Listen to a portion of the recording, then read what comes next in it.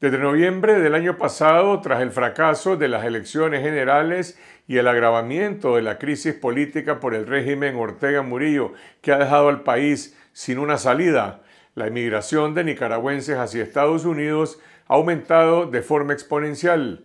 Decenas de nicaragüenses han fallecido ahogados intentando cruzar el río Bravo en la frontera entre México y Estados Unidos, o han fallecido por asfixia en manos de los traficantes de personas en México, mientras que varias decenas de miles, al llegar a Estados Unidos, inician un azaroso proceso para solicitar asilo político. Alejandra Padilla conversó con la abogada nicaragüense Astrid Montealegre, presidenta de American Human Rights Alliance, NARA, y nos cuenta la historia de los migrantes nicas en Estados Unidos.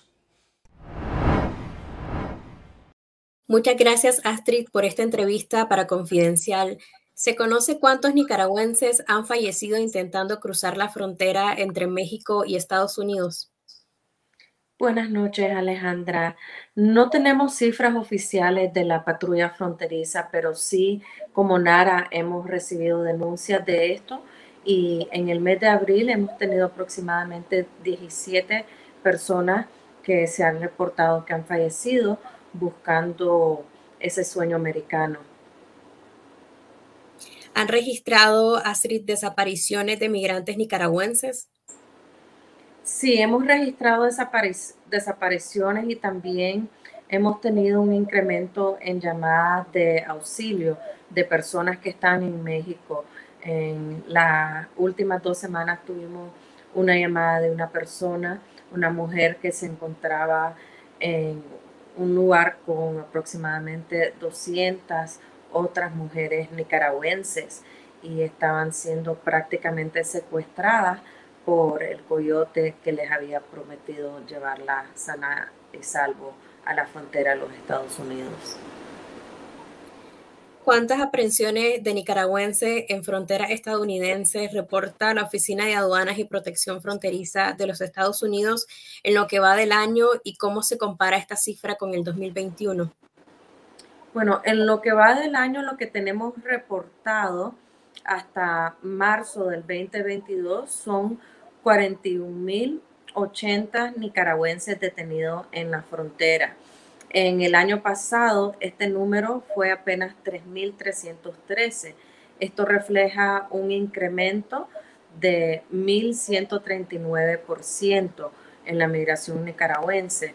No obstante, este incremento, hemos visto de que los números de nicaragüenses han disminuido en el mes de marzo, comparado con el mes de febrero, perdón, con el mes de abril.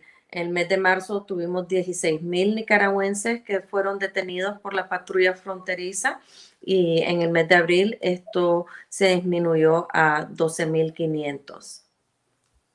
De estas personas detenidas, ¿cuántas permanecen en centros de aprehensión temporal y cuántos han sido deportados?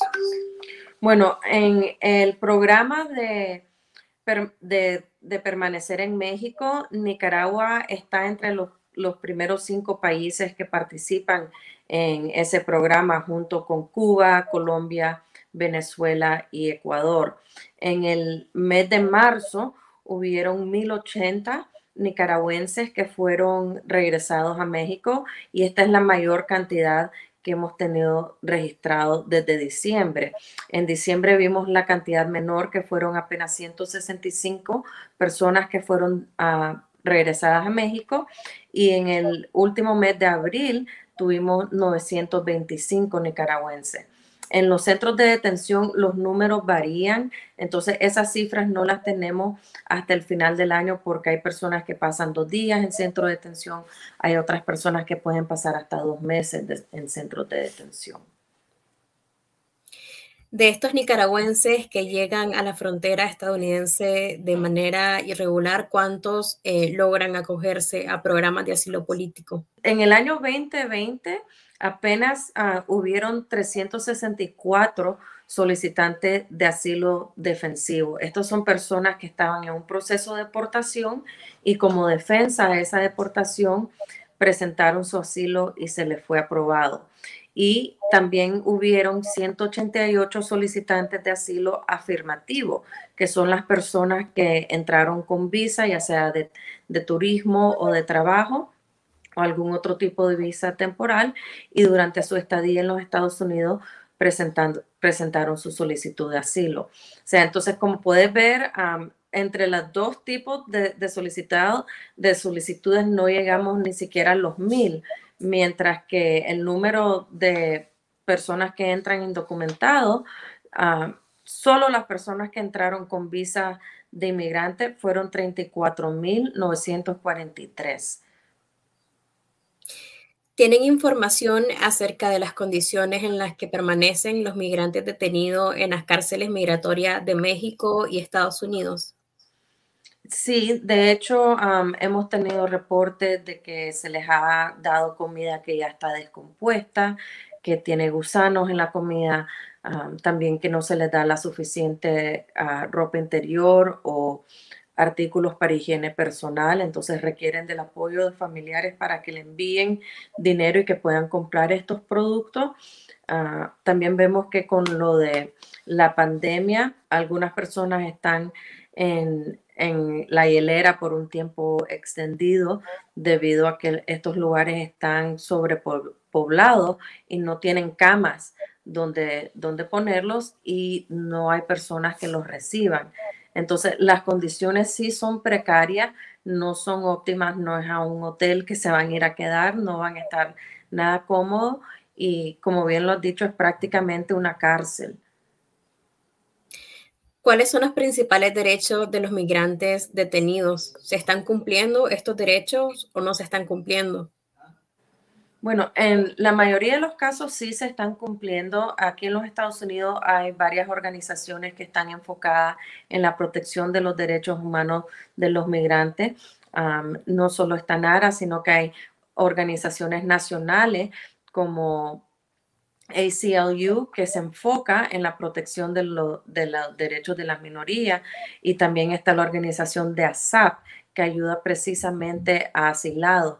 Y hay algo que los migrantes deberían de saber, es que en los Estados Unidos, toda persona, sea migrante, documentado o indocumentado, tiene derecho a aquellas cosas que están protegidas en la Constitución de los Estados Unidos, con la excepción del derecho al voto, ¿verdad? Eso está reservado para los ciudadanos americanos, pero lo que tiene que ver el derecho a expresar su religión, a expresar su opinión política, a la protección de sus derechos humanos, todo eso es vigente. Entonces, que no piensen que porque son inmigrantes no tienen derechos y que no hay opciones para proteger esos derechos. Cuando tenemos aquí un estancamiento con el proceso de permisos de trabajo, estas organizaciones inician una demanda en contra del gobierno de los Estados Unidos y el resultado es que ahora tenemos un proceso más expedito para los asilos, las personas que tienen asilo y están solicitando permiso de trabajo. Entonces, sí tienen derecho, hay que informarse y saber cuáles son las organizaciones donde deberían de acudir para asegurar que esos derechos sean protegidos. El mes pasado, la administración Biden y el gobierno de López Obrador anunciaron un reforzamiento de los controles migratorios en la frontera sur entre Estados Unidos y México. ¿A qué obstáculos y peligros se enfrentan los migrantes con estas nuevas medidas al intentar cruzar hacia Estados Unidos? Bueno, estas medidas realmente no son nuevas, son los procesos que siempre han existido bajo el título 8, que es la ley que rige sobre los procesos y los estatutos migratorios en este país. Lo que se ha hecho es que se ha invertido una gran cantidad del presupuesto nacional para poder enforzar estas leyes en vista de que el título 42 fue una ley temporal prevista para la pandemia del COVID y para poder proteger la salud pública y que los estados tuvieran la discreción de poder hacer deportaciones expeditas sin tener que exponer a los oficiales de migración y al resto de la comunidad a los riesgos de la pandemia. Entonces, realmente el título 8 lo que busca hacer es reforzar la ley que ya existe, en la cual se establece que no deberían de cruzar la frontera indocumentados y que pueden solicitar asilo, pero lo deberían de hacer en un punto fronterizo establecido por migración y con los documentos que la ley establece, que incluyen el formulario, sus evidencias y su declaración traducida al inglés. ¿En qué consiste la reactivación de los protocolos de protección al migrante, también conocido como Quédate en México, que mencionabas anteriormente, y cómo afecta a los inmigrantes nicaragüenses? Bueno, el programa de Quédate en México o Protocolos de Protección al Migrante, como se conoce por sus siglas en inglés, que es MPP, es un programa que surgió como una manera para atender las solicitudes de asilo en la frontera sin necesidad de que la persona estuviera un tiempo en un centro de detención. Entonces, realmente es un beneficio para la persona porque no tiene que agilizar su proceso judicial al momento de solicitar asilo. Pero este programa está siendo, lo están en la Corte Suprema de los Estados Unidos, lo están revisando para ver si realmente cumple con los requisitos constitucionales de este país. Y si la Corte Suprema determina de que el programa no es constitucional, entonces se va a terminar y va a entrar más en vigencia el título 8. También es una razón por la cual se están invirtiendo fondos en esos programas. Y si la Corte Suprema dice que efectivamente es un programa que es constitucional y no está violentando los derechos de los estadounidenses, entonces el programa va a continuar. Actualmente existe un debate entre los políticos de Estados Unidos sobre si es el momento adecuado o no para eliminar la polémica ley conocida como Título 42, que entró en vigencia el 20 de marzo de 2020. ¿Qué es el Título 42 y qué implicaciones tendría para los inmigrantes nicaragüenses su eliminación? Bueno, el Título 42 es la ley que permite que exista una deportación expedita de los solicitantes de asilo basado en una protección de la salud pública en base a los riesgos establecidos durante la pandemia.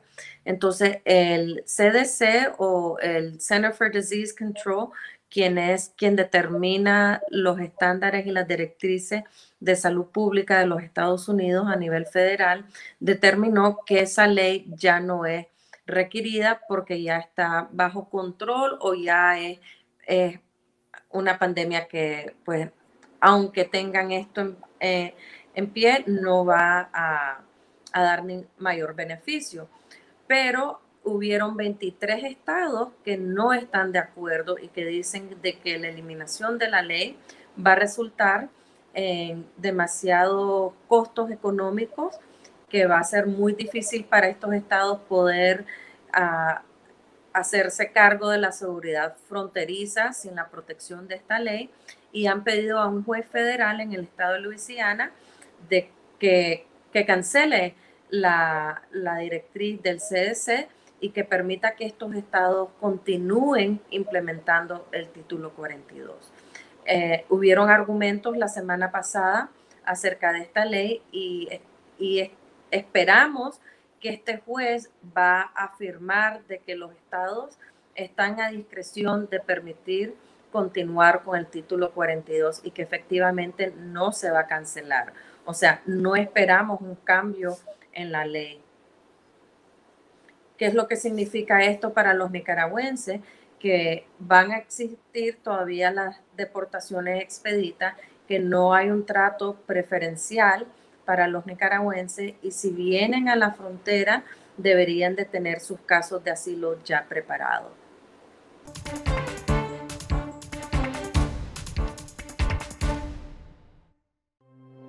Confidencial, 25 años investigando y contando la verdad, la política, la economía y la sociedad. la aspiración de un país con democracia, prosperidad y justicia, la corrupción, la pobreza y la violencia, los temas que afectan e interesan a todos los nicaragüenses. Revelamos la verdad que otros ocultan, fiscalizamos el poder, promovemos el debate público, hacemos periodismo independiente. Por una ciudadanía crítica y mejor informada. Contá con nosotros, estamos cada vez más cerca de vos. Nunca podrán confiscar la verdad. Confidencial, conectados con la verdad.